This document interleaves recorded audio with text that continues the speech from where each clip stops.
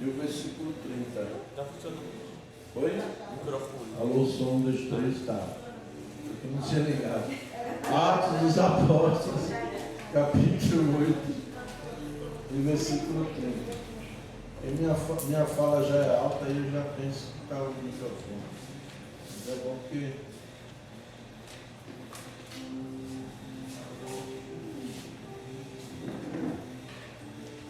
Amém? Todos encontraram? Atos capítulo 8, versículo 30. Diz assim o texto, o versículo. Correndo Filipe, ouviu ler o profeta Isaías e perguntou: compreendes o que vens lendo? Foi uma pergunta crucial, né? Compreendes o que vens lendo? Ou melhor, compreendes o que lê? Ou ainda mais fácil, entendes o que lê? Certo? Então hoje o título da minha mensagem hoje é Entendes o que lê? E nós vamos trabalhar em cima disso hoje, amém? Em nome de Jesus. Pai, em nome do Senhor Jesus, eu quero pedir ao Senhor que envie o Teu Espírito Santo para nos estar iluminando o nosso entendimento, abrindo, Senhor, a porta do entendimento, para que nós possamos ter discernimento e que o Espírito de sabedoria e o Espírito de revelação da Tua Palavra se manifeste nesse lugar, em nome de Jesus, em nome de Jesus. Amém. Amém. Graças a Deus. Amados, o texto do capítulo 8, como nós lemos no início do culto, ele vai mostrar a questão de Filipe.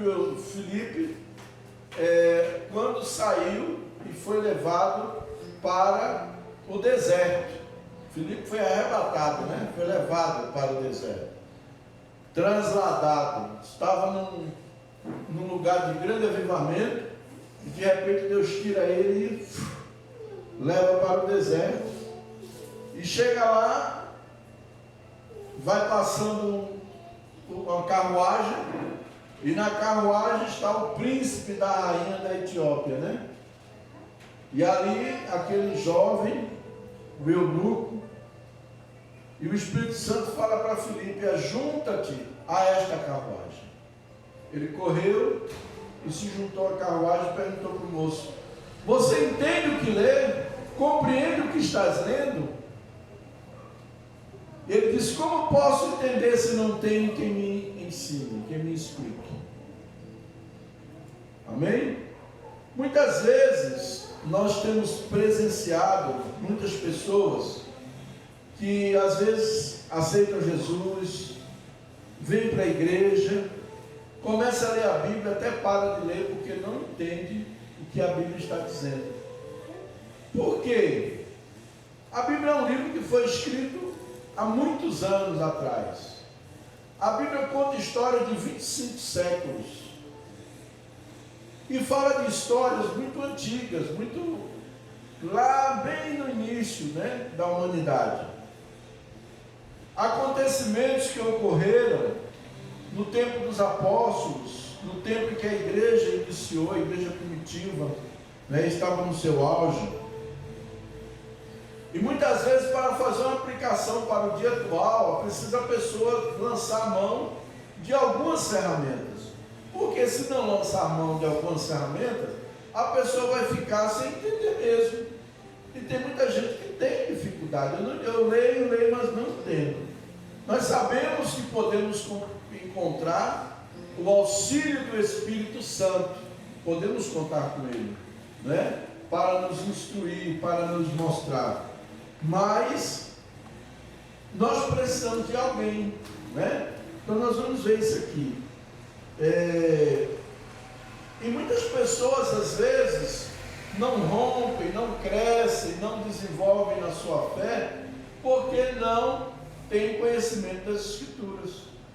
A palavra de Deus diz em João capítulo 5, versículo 39, ele diz: examinai as Escrituras, porque julgais ter nelas a vida eterna, e são elas mesmas que testificam de mim. Então, examinar as Escrituras, é através das Escrituras que nós vamos conhecer a Jesus, que nós vamos aprender sobre Jesus, que nós vamos aprender a comandar com Jesus. Havia um certo moço, uma certa feita, que estava em um navio, em um cruzeiro, e várias pessoas se aproximando dele para pegar assinaturas de um livro que ele tinha escrito. E era muita gente, comprava o livro, ia lá, pedir para ele assinar, dar o autógrafo. Esse dia a gente estava ali, conhecemos o apóstolo Coraiola, né? E aí eu ganhei, né? Ganhei o livro que a Cláudia me deu, nas matinais, um belo livro. E aí a gente foi para pedir o autógrafo do apóstolo Coraiola, né? Que ele estava ali. Nós já tínhamos visto por vídeo, né? E fomos conhecê-lo pessoalmente. E ali aquele povo começou a procurar aquele homem, aquele rapaz, muito elegante, né? Por sinal, falando muito bem, para autografar o livro. E tinha uma moça naquele navio, naquela embarcação, e ela foi ver o que era aquilo. Chegou lá que viu aquele rapaz, achou ele muito bonito, interessante, elegante, super educado e muito culto. E ela viu que o livro que ele estava autografando era um livro que ela tinha, por sinal ela tinha ganho esse livro de outra pessoa. Como ela ganhou esse livro de outra pessoa, ela simplesmente pegou o livro, colocou na estante e guardou, nunca leu o livro. Quando ela se aproximou, que ela conheceu o autor do livro, a primeira coisa que ela fez quando chegou em casa foi pegar o livro para ler. Porque ela disse: eu conheço o autor, quero ver o que ele fala nesse livro, né? Então, amados, nós precisamos, para nós entendermos as Escrituras, em primeiro lugar, nós devemos conhecer o autor das Escrituras. O autor é o próprio Deus. Ele usou homens, ele usou mais de 40 homens de várias classes sociais, pessoas que eram reis, profetas, sacerdotes, escribas.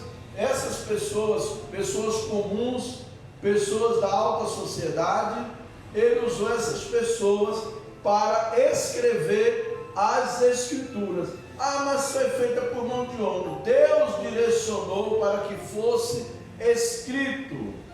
E aquilo que foi escrito, inspirado por Deus, foi preservado. Deus não só levou as pessoas a escreverem, como também levou as pessoas a preservarem as Escrituras para que elas chegassem às nossas mãos. Hoje nós temos aí a Bíblia, um livro com 66 livros, né? Dividido em duas partes, Antigo e Novo Testamento, e nós temos algumas divisões, que são os livros da lei, livros dos profetas, são várias divisões que nós encontramos na Bíblia, né? Então, em primeiro lugar, para você entender a Bíblia, você não consegue entender sem a compreensão, sem a ajuda do Espírito Santo. Por isso que nós devemos conhecer o autor da Bíblia. Por isso que nós temos que conhecer a Deus, buscar a Deus, buscar o Senhor, procurar conhecê-lo, nos afastar mais das coisas que nos afastam de Deus. Aquelas coisas na vida da gente que nos afastam de Deus, nós temos que abandonar essas coisas e buscar mais a Deus.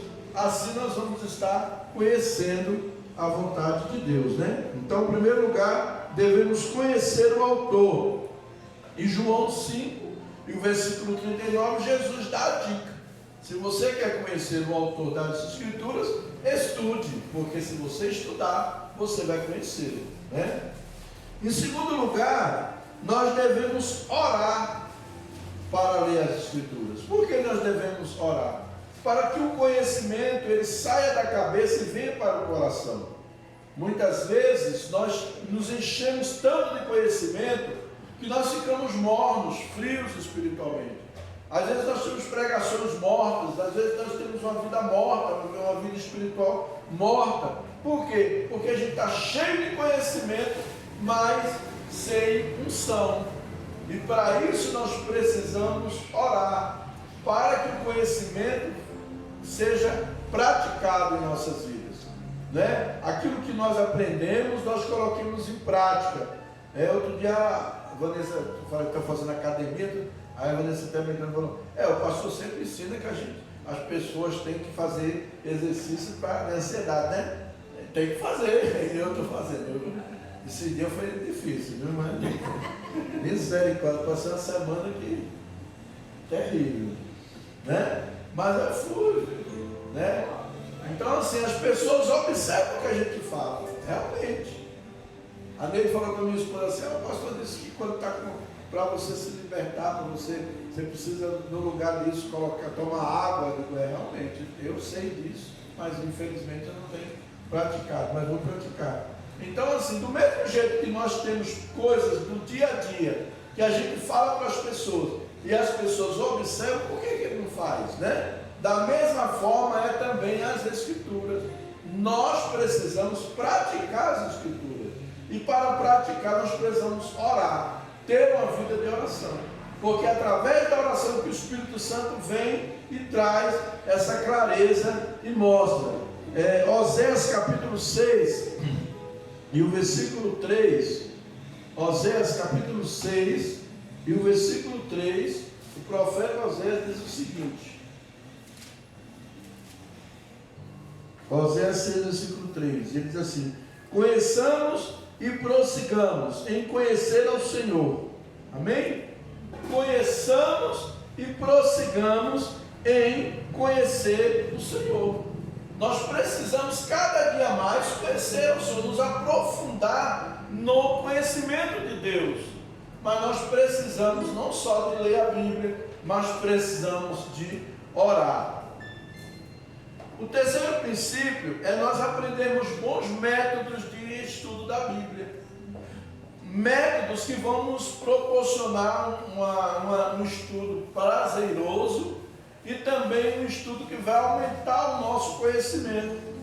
Por isso que é bom a pessoa ter um dicionário bíblico, uma chave bíblica, para poder dar uma estudada e conferir. Por exemplo, existem palavras que eu não entendo. O que significa essa palavra? Você vai lá no dicionário bíblico e vê a palavra. Você vai, ele está querendo dizer isso, né? Ele quis falar isso. Então existe muitas vezes palavras que nós não entendemos mesmo. E principalmente numa versão mais antiga, no português mais arcaico, mais antigo. Nós temos dificuldade às vezes de compreender. Então é importante pegar, que nem nós estamos ali com o Instituto de Psicanálise, e o pessoal estudando psicanálise, tá? Mas muita gente ficou doido e não conseguiu entender nada nas apostilas. Por quê? Porque muitas palavras você nunca viu falar, são termos técnicos. Então eu tive que imediatamente colocar o quê? Um dicionário de psicanálise dentro do grupo para o pessoal entender as palavras, porque são termos técnicos que são utilizados, né? Por exemplo, a pessoa vem ser atendido, aí chega lá, eu vou ver, a pessoa toma medicação, tomou a medicação, está com a medicação em dia, aí eu vou colocar o quê? Fulano, o paciente está orientado, foi orientado, medicado. Às vezes ele começa a falar coisa com coisa, eu coloco, está com conversa frouxa. Conversa frouxa significa que ele está falando coisa com coisa.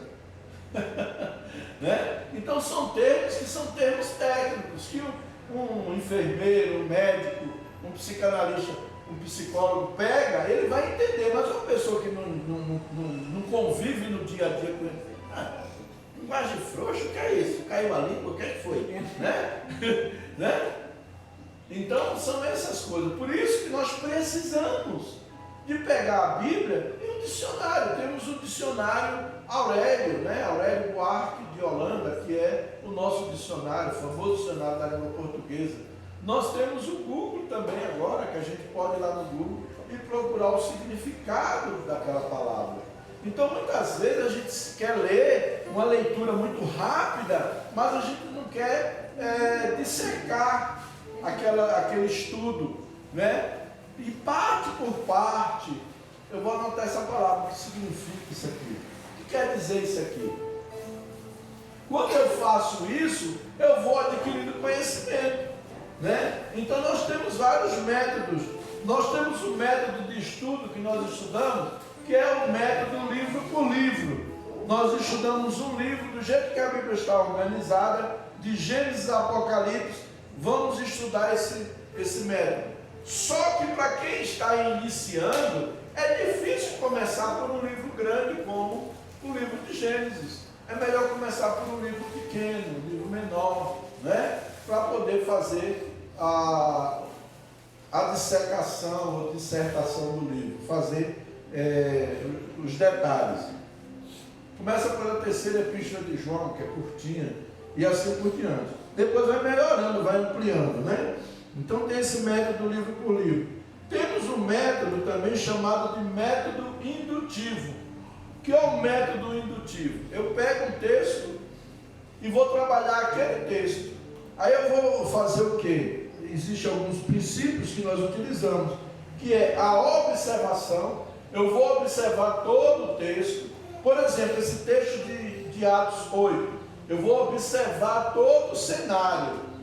Vou fazer todo o cenário do texto. Então havia ali o quê? Havia a cidade de Gaza, deserta. Havia ali o que mais? O príncipe de Candace, uma carruagem. Havia ali o que mais? Havia o Filipe. Quem era Filipe? Como Filipe chegou ali? Tudo isso eu tenho que procurar no texto. Como foi que Filipe chegou aqui? Aí eu vou entender que Filipe foi transladado. O que é transladar? Transladar é tirar de um lugar e botar no outro. Deus faz isso, sabia? Deus faz isso. Eu conheci o pastor José João Marques, lá do sul. E um dia ele estava numa viagem, e nessa viagem ele estava muito cansado, e ele falou: Senhor, eu não estou conseguindo dirigir, o lugar aqui é muito difícil, né? Me ajuda, toma conta do volante, toma conta do carro. Ele disse que de repente veio uma neblina, tomou o carro todo, uma neblina. E quando ele viu, daqui a pouco, quando aquela neblina passou, ele estava na porta dele. Deus transladou ele com o carro e tudo. Ele viu aquela neblina, e de repente a neblina foi passando, quando passou ele estava na casa dele. É uma experiência forte, né? Só quem crê para acreditar. Mas eu creio, graças a Deus eu creio que Deus faz isso, porque se ele fez, né? Ele fez lá com Filipe, por que ele não pode fazer hoje? Pode, Deus faz, né? E até mesmo a tecnologia, quanto mais a tecnologia vai avançando, a gente vai vendo que ele quer fazer, por exemplo, agora tem inteligência artificial. E tem um negócio que parece que, não sei se já está funcionando, que você conversa com a pessoa como se você estivesse vendo ela aqui. Tem isso, né? Ou é no filme? Mas vai acontecer. Se tiver no filme, pode se preparar. Eu sempre falo para minha esposa, tudo que está de ficção científica no filme, pode se preparar que vai acontecer. Isso é uma previsão do que eles já estão estudando para trazer à tona. Então existe um método indutivo, você vai observar, depois você vai interpretar o que significa isso, o que quer dizer isso, né?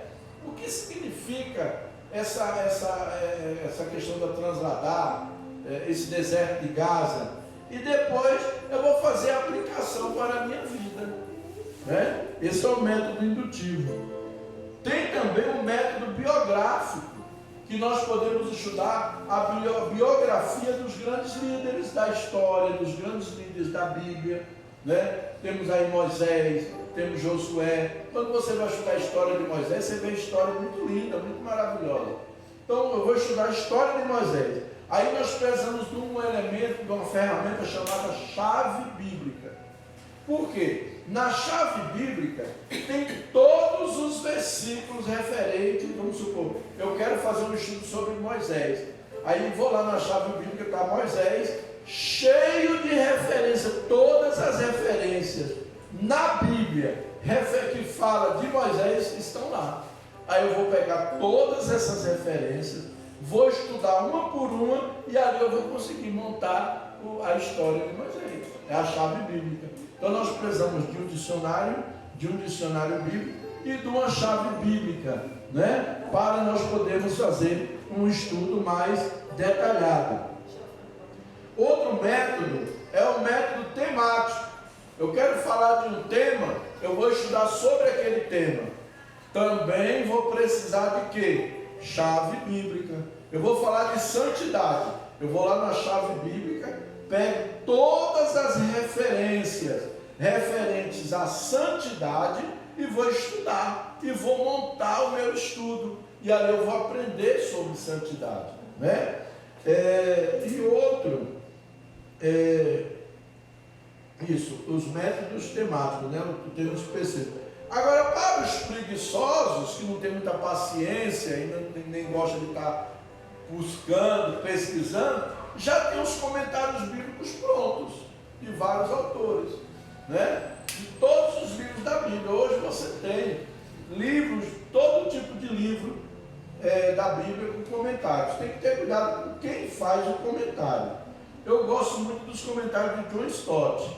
Por exemplo, eu tenho o Sermão do Monte, de John Stott. Tem alguns livros de John Stott lá em casa. Então, assim, Romanos, a Epístola aos Romanos. Então, assim, cuidado com quem está fazendo comentário também. Eu gosto do Hernandes Dias Lopes também. É um excelente comentarista, né? Nós temos vários comentários.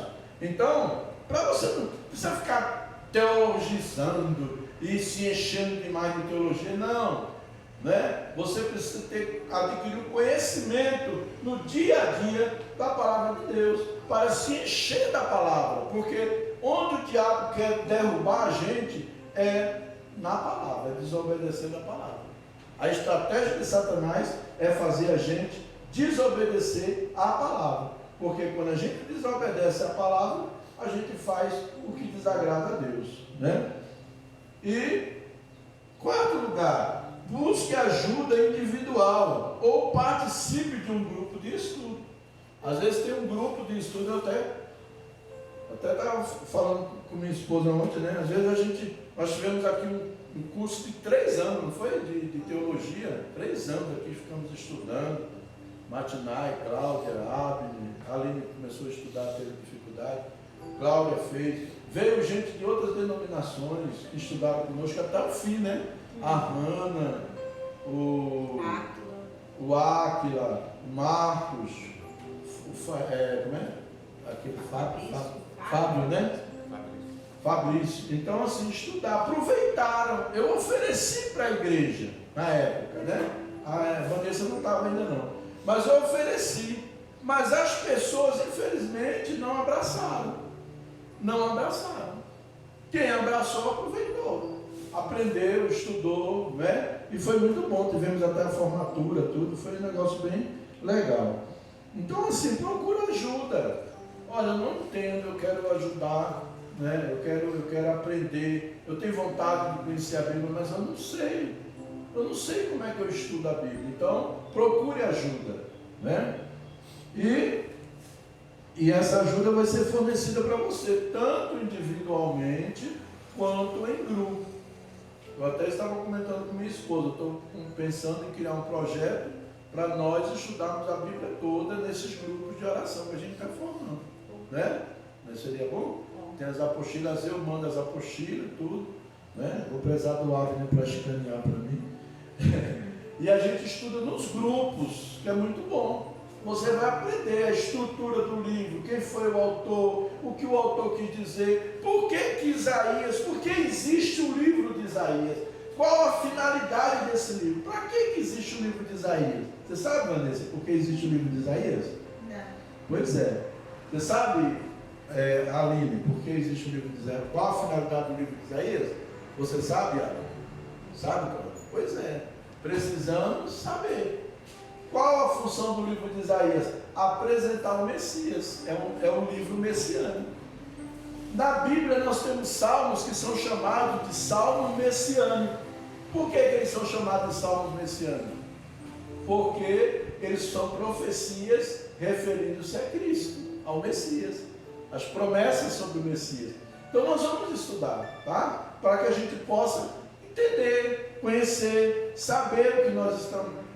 Para a nossa vida diária. Não é coisa para a gente ficar teologando, arrotando teologia, né? Eu não gosto de ver esses negócios, né? A pessoa arrotando que conhecimento. Acho que conhecimento a gente guarda e divide com outras pessoas para ajudá-las e também a gente usa para nossa como ferramenta, né? Não para a gente ficar arrotando aí, né? E por último, aplique a sua vida pessoal. Se você estuda a palavra e não aplica a sua vida, o estudo é de vão. Você está perdendo tempo. Você não está querendo aplicar, você não quer colocar em prática. Então faça a aplicação, traga para a sua vida. E o diabo é tão astuto, porque ele sabe que um crente cheio da palavra e que obedece a palavra, ele é cheio de autoridade, ele é cheio do poder de Deus, ele tem ousadia para orar e Deus responder a oração dele. Então por isso que o diabo faz de tudo para que nós não tenhamos conhecimento das Escrituras. Então que nós possamos, né, conhecer, buscar o conhecimento de Deus, né, orar para que esse conhecimento desça para o nosso coração, aprender bons métodos, certo? Buscar ajuda, participar dos grupos, nós vamos nos grupos de oração e procurar estudar para aplicar a nossa vida. Tem gente que estuda a Bíblia pensando nos outros. Ah, quando eu encontrar fulano eu vou dar esse versículo. Eu já vi muito isso. Ah, aquela irmã fofoqueira, na hora que eu encontrar com ela, eu vou dar esse versículo para ela. Que a Bíblia diz até o tolo, quando se cala, é tido por sábio, né? Aí eu pego e digo, não, vou pegar esse versículo aqui, eu vou decorar ele e vou mandar para aquela irmã fofoqueira. Não, se você está estudando é para você. Se você não é fofoqueiro, Deus está alertando você para não entrar, para não se tornar, né? Se você não é, Deus está alertando, ó, cuidado, você está vendo aí, ó, o que acontece? Que até o tolo, quando se cala, é tido por sábio.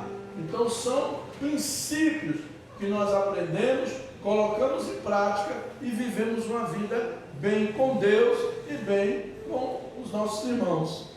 E também é uma forma de abrir a porta, um dos canais que abrimos a porta para o avivamento. Sabiam disso?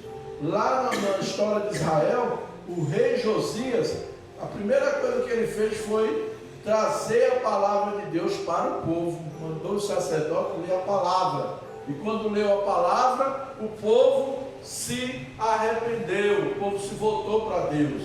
Então a palavra, ela abre caminhos, ela abre porta para o avivamento.